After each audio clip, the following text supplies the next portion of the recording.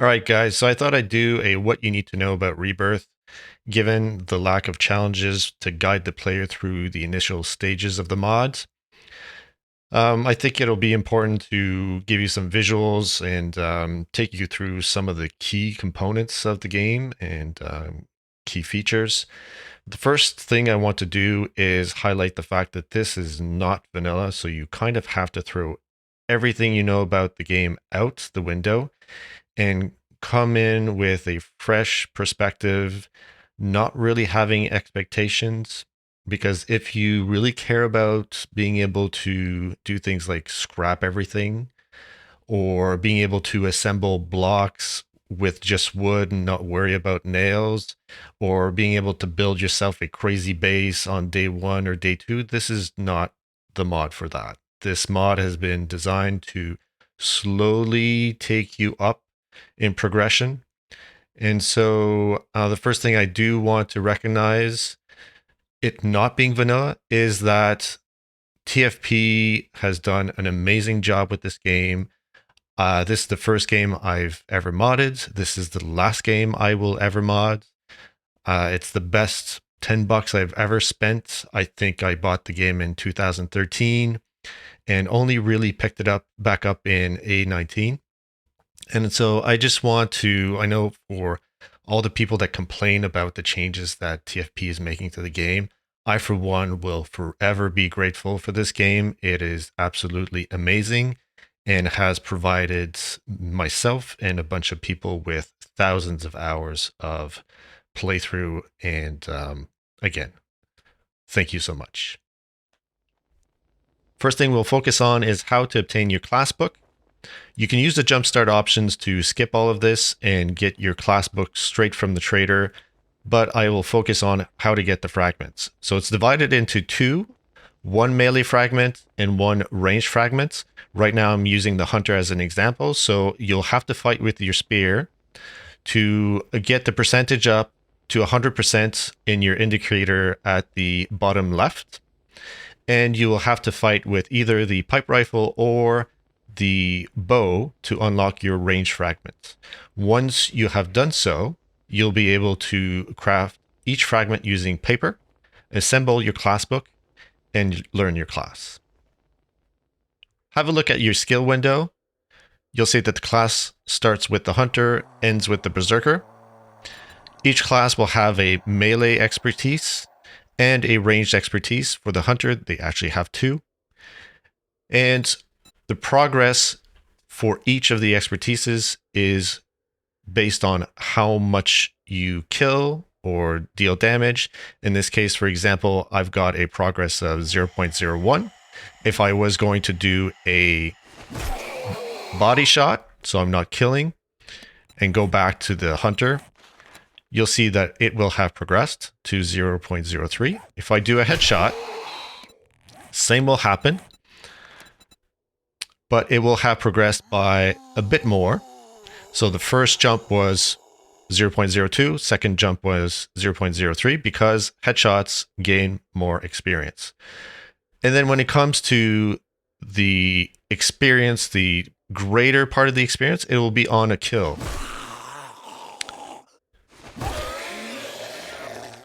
So I've killed Tom, and if I look at it, I went up by quite a bit. So make sure you focus on dealing headshots and getting the kill shots. In order to unlock your class fragments, you have to keep killing or dealing damage with your main weapons. Don't focus on any secondary weapons that would not progress you through the class, although you can still use them to progress other classes. We'll cover that a bit later on. There is one shortcut. If you are able to loot expertise books, they're melee and ranged expertise books. You can read one of them, for example, the spear one, to unlock one of the fragments. Or in the case of the hunter, either the bow or the pipe rifle to unlock the second one, as you see down here. If for some reason you found other types of expertise books, either through loot or as job rewards, you have the ability to scrap these to get book fragments. So I've got enough now to craft a spears book if I wanted to out of those. And I could have unlocked it this way. And the same thing with range. I scrap those. I'll get up to 9. And then I could have crafted my missing, I believe it was long-range rifles. And instead of having read the bow one, I could have read this one, and it would have unlocked the fragment as well. Now that you've unlocked both fragments, craft each of them and assemble your class book. Pay close attention to the crafting skills tab. It'll contain information on your progress towards unlocking each of the book fragments for the various classes, or once you've read your class book, your advancement through the tiers for each of the melee weapons and ranged weapons. It will also contain important information about the tool progression, the mining tools. If you want to up your stone axe quality, you'll have to mine. Same thing for the chopping tools. It won't increase your quality for the stone axe. That has to be done through mining. Digging tools and salvaging tools. Armor is gated by your constitution level. You'll start with your primitive armor and then advance through lights, typically medium and heavy, although there is a mix of them. Your genetics are independent of your class and can be leveled through various actions. If you were to look at the window here, your strength will increase typically through combat using melee weapons and mining. Dexterity will be based on your movements, so running, jumping, as well as aiming your gun. Constitution will be based on you receiving incoming damage and using various medical items.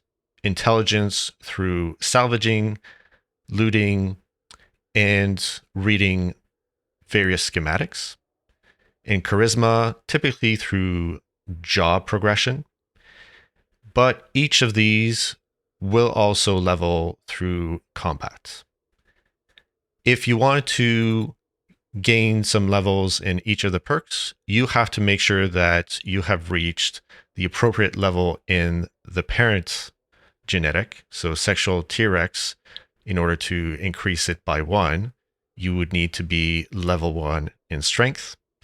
Because the perks like Healing Factor and Iron Guts only have 5 levels, you will need 2 levels of Constitution for each one of those levels. Once you've reached the appropriate genetic level, talk to Briston. He will sell you some perk books. These books are required in order for you to advance in those perks. The ones that have 10 levels, such as Sexual T-Rex and Mother Loads, will cost typically a bit less than the ones such as Healing Factor and Iron Gut, which we saw earlier, which only have 5 levels. Perk books will only take you so far. You'll have to use genetic mods to reach the maximum of each perk. Zombies will drop these blueprints and loot. Gather these, and once you reach 100, you can use the forge to craft a perk genetic mod. Each of these mods will provide a bonus to the perk level, and if you were to assemble all the perk mods for a given genetic, you'll be able to craft a genetic mod for strength in this example, which will give you bonuses across all perks for strength. And if you were to gather each genetic mod, you can combine them to create this one mod, which will give you bonuses across each perk. Don't think that you're the only one that gets stronger in this game. Be very careful about changing your XP multiplier in the vanilla settings, as it will make the game more difficult. Player level in this game, because there are no perk points, will make your life harder.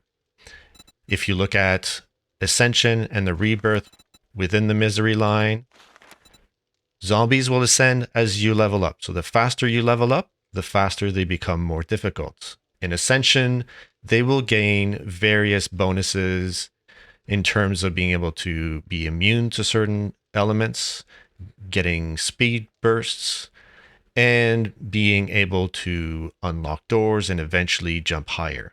For the Rebirth, as you level again, they will have an increased chance to be reborn and to evolve. And the more you kill, the stronger they will get. So as you can see through these levels, 500, 6,000, they will get more health or a combination of all of these. Global achievements will help you progress as well. In some cases, harvest more from wild animals, harvest more from wild crops or planted crops. In this case, this will increase based on harvested planted crops. It's not going to change if you harvest wild crops. And the various biomes will get various custom traders. Farmer trader, for example, is posted at Rex. Handy woman would be at Bob's, and the Black Shield trader is where I am right now at Hughes.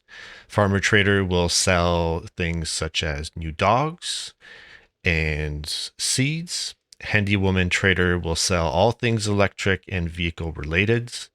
There's a helicopter for sale eventually, and the Black Shield trader will sell immunity armor mods and explosives. Good vibrations are a number of auras you can add to your armor. You'll have to kill certain types of zombies outside of the forest biome. And there are a number of these. And then the synthwave volumes are the cassettes you can find in the game. Use them to unlock the various cassettes in those volumes. And if you complete a volume, you will get a special bonus, but only when you're playing the Walkman. Briston is also your man should you want to trade in ammo if you are looking to get more 44, for example, and have accumulated different other types of ammo. You'll be able to trade those in. Now, be mindful that he'll only initially give you a 50% trade rate, and your bartering skill will increase that rate. For the same exchange rate, he will allow you to trade in some of the genetic blueprints you gather, should you want to focus on a specific mod. He will do the same for DNA boost, should you decide that you want to trade those genetic blueprints for those instead. Be sure to check out his useful information, specifically the shortcut keys. These will list out all of the keys required in order for you to activate some of your skills. If you haven't already, check the vending machines behind Briston. They're a source of fire extinguishers and a number of repair kits along with the hot wire kit, which you'll need to repair vehicles. If you're running low on scrap brass, use the shredder, gather some brass items, and shred them in here. Looking to gather your own workstations? Talk to your trainer. She'll offer some missions. Some crafting stations cannot be found in the world, such as the mortar and pestle. You will have to use this mission to get it. Others, such as the forge, the shredder, the table saw, the workbench, can be found in the world. If you don't want to wait, find some in the world, use your salvage tool to find a repairable version, which you can use in your toolbox to craft a new one. So we're at the local working stiffs, and you might be wondering why. Well, it's because that's essentially where you find most tools, is in toolboxes or shelves that host some tools. And you want to use logic in this mod as much as possible. Where would you find a propane tank? Well, in one of these. Where would you find a grill? In one of those. Where would you find a small motor? Well, you'd probably need to look at appliances. When most of you start, the first question is, how can I craft a container? And you're stuck in vanilla trying to craft the crate. In this mod, you can pick up pretty much anything. I see a whole bunch of containers here. You can pick up a fridge. and use that as a theme container. There we go. Lots of space. You can use one of these boxes. Pick it up, place it back down. Again, another container. One thing to notice, there's some white writing on these boxes. That's because it's lootable. Black, not lootable. White, lootable. Turns to black when it's not. If you're tired of being set on fire, find Lorenzo at Hughes. You don't have to unlock his inventory with the shock immune zombies. He will let you trade for armor immunity mods. All you have to give him are remains of the elements of the type you want to get immunity for. In this case, fire would require 150 fire immune zombie remains and 10,000 cash. And you can do the same with all the element types, including the combination of elements, but you will have to find, and this is at a much later game stage, fire, shock, and explosion immune zombies. I've got Smokey here, and I would like to have another dog. So once I've unlocked Billy Bob, the farmer trader, in his inventory will be a number of these dogs. So let's say I want a golden retriever, and I want to put him down. I can, because I have unlocked Charismatic Nature level 1, which allows me to have an additional dog. I can have up to 3 dogs, which means I would need to reach Charismatic Nature level 2, which unlocks a second dog. So let's go and get a second dog, or a third dog, in this case maybe a Dalmatian, and see if I can put him down. And I cannot. But what I can do is I do have a mod here that I will put into my armor, which will give me a bonus to Charismatic Nature, putting it up to 2, letting me place my third dog. When you log out or get disconnected in a multiplayer game, whoever was following you, such as your dog here, will be asked to stay so that they don't go and wander off. Make sure when you log back in that you ask them to follow you, otherwise you will leave and forget where they were at and be unable to place a replacement dog. You level your class through leveling your expertise.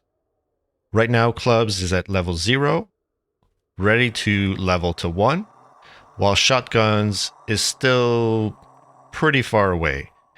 You only need to level 1 of your expertise to the same level of the class for that class to keep leveling.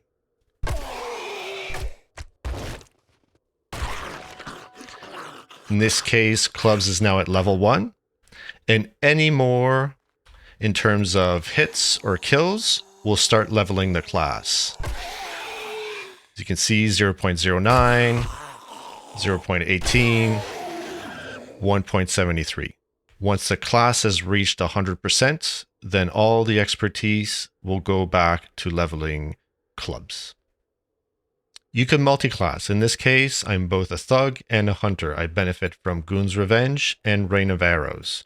The reason why I can do this is because I have leveled my hunter to 6. The classes other than Witch Doctor, which is level 8, and Berserker, which is level 10, need to go to level 6 before you can read another class book and still benefit from their class bonuses. If I was to go back to focusing on the hunter instead of the thug, you will notice that I no longer benefit from the Goon's Revenge, and the reason why is because my thug is no longer active. If it were to level to 6, it would become active again. I can keep furthering my sniper, which is long-range weapons expertise, being a thug. Just be mindful that the expertise gained is much lower than whatever is the active class. So if I'm a thug, I'm going to get full percentage experience for my clubs and my shotguns, but only a fraction for any other weapon. Being a thug and a hunter, I only have shotguns and snipers, and I don't have an oh shit weapon. In this case, I'd like to unlock the tactical rifle. All I really have to do is craft myself an expertise book, read it, which will unlock it for me. Some of you might have found Twinkies and are wondering, what is Rampage? Rampage essentially adds about 25% bonus damage when it's active. There are two ways to activate it. One is to eat a Twinkie, and the other one is to put this Rampage armor mod into your armor. Rampage is only unlockable using this mod if you were to pop 3 heads, not necessarily in succession, but in a certain amount of time. So let's activate it.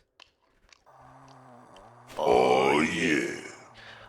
On the side, you'll see that we have a timer. Rampage is active for 24/7, and every time we kill someone, it'll increase the timer by about 5 seconds. And as long as Rampage is active, you get that 25% bonus damage. I'd like to cook some bacon and eggs, but I don't quite have what it takes. But I know I've got some meat in the fridge I just put down. So here are 2 features, Quickstack, and this is for the owned ones. So this will drop what you have in here into the containers that are nearby, should you have a stack of these already in there. And this is for the ones that you have placed yourself. So your own containers, should you be in multiplayer and you only want to put those inside of your containers. So I'll go ahead and do that. It'll drop it in the fridge. And so I have enough in the fridge. What you could do if you were wanting to cook this without having to carry all of the ingredients in your inventory is to simply activate this broadcast feature, and containers that are in the area within a certain distance are accessible to your crafting stations or to yourself, and you can start crafting. At the start of the game, you may have some issues with foods. Remember that you can use canned food, even though they have dysentery. They do have recipes. If you were to look at the can of dog foods, you can craft a number of things which require canned foods, in some cases some fruits or veggies, and goldenrod flour in this case, cornmeal, or chrysanthemum. They're easy enough to cook, and unlike things such as the vanilla recipes, which give 0 or maybe in some cases a bit of health, these will boost your health by quite a bit. The best option is the ratatouille, which will give you 10 health and can be crafted using brains. Don't worry too much about your dog. If it does die, there is a way to get it back again. All you have to do is place a bedroll down, and over time, it'll respawn. Make sure to craft the Z Autoloot mod. This way you don't have to loot the bodies yourselves. Everything would automatically be picked up. Comes in handy with hordes. Got a bear on your ass and you can't move? Shift Enter will drop your backpack so that you can move freely. Just make sure to go and pick it up once you're done. If you're in need of healing, craft some bandages from cloth. It'll heal you for 6. If you're wondering what the particles are around your zombies, it's due to these buffers. This guy gives extra entity damage, armor, health regeneration, and toxic hands. They can not buff themselves, but can buff others, and you'll want to take them out first. Here are the basics of farming. Make sure to have a water source at the center, given that these need water. It can go up to 3 across. You can replace this with a dew collector, which will take 3 more of the farm plot space-wise, and you use a bucket filled with water to fill up the water source.